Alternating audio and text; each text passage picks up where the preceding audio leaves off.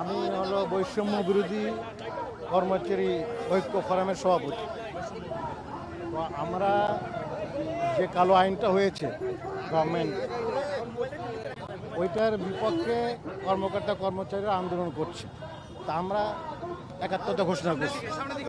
তো আজকে আমরা তো সরকারের সাবেক সচিব, আমরা আইনগতভাবেই বিভিন্ন কাজে সচিবালয়ে আসতে পারি, কিন্তু আমরা অত্যন্ত ক্ষোভের সঙ্গে জানাচ্ছি যে সরকারের উচ্চ মহল থেকে আমার আজকে সচিবালয়ে প্রবেশের ব্যাপারে নিষেধাজ্ঞা দেওয়া হয়েছে।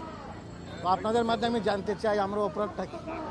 আমি তো আন্দোলন করছি না, আমরা হলো আন্দোলনের সহযাত্রী বলেন বা নৈতিক সমর্থনকারী। সরকার যে ধরনের আইন করছে এটা ফ্যাসিস্ট হাসিনা সরকারের আমলে এই ধরনের আইন ছিল না।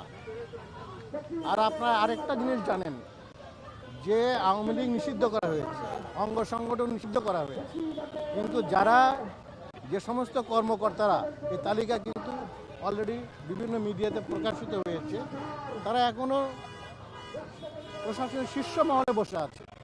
কেন? তাদের থাকার তো কোনো নৈতিক অধিকার নাই। তারাই কিন্তু এই সরকারকে ব্যর্থ করার জন্যে নানা ধরনের তারা ষড়যন্ত্র চালিয়ে যাচ্ছে।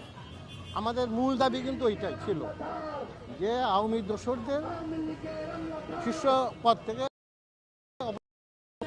তার এখন যেটা শুরু হয়েছে সেটা হলো এই কালো আইন। আপনারা জানেন যে এই আইনে যে কেউকে সরকার যে কোনো কর্মকর্তা কর্মচারীকে বিনা নোটিশে বিনা শোকছে চাকরিচ্যুত করতে পারবে। এটা তো হইতে পারে না, এটা তো কোনো সভ্য জাতির কোনো আইন হতে পারে না। তো যাই হোক, আপনাদের কাছে আমি আপনাদের মাধ্যমে সরকারের কাছে আমি জানতে চাই যে আমাকে আজকে কেন বাধা দেওয়া হলো। এটাই মূল কথা আর কি। জি, ধন্যবাদ।